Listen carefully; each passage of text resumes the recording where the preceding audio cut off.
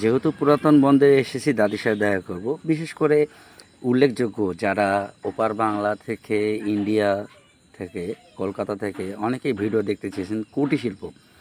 আসলে যে হস্তশিল্প, কুটির শিল্প নিয়ে অনেক কথাই আছে, অনেকেই দেখতে চেয়েছেন। আসলে দেখেন আপনারা ভিডিওটি, ভালো লাগবে মনে হয়।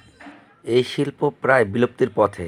আমি আশা করব যে প্রধান উপদেষ্টা যে আছে ডক্টর ইউনূস সাহেব, আপনি দেখেন না যে এই শিল্পর মাধ্যমে বাংলাদেশ একটি নতুন রূপে রূপান্তরিত হবে। আদাব দিদি। নমস্কার। কুটির শিল্প যে বিলুপ্তির পথে, বুঝছেন?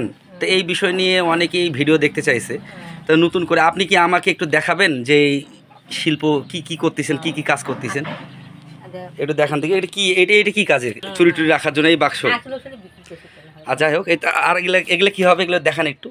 তো এটা মালটা কাটে এইরকম করে দিবে, এগুলো কাটা করবে, এগুলো কাটা করবে, করে কেমন করবে। হ্যাঁ, এগুলো কি সেম? এগুলো সবগুলাই এই কালারগুলো এগুলো সব একই? ভিন্ন ভিন্ন করে, নাল নালে, সবুজ সবুজে। আচ্ছা, এখানে কি কি আছে?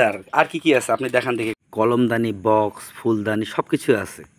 বাঁশ দিয়ে তৈরি যে কুটির শিল্প বা হস্তশিল্প আসলে অতুলনীয়।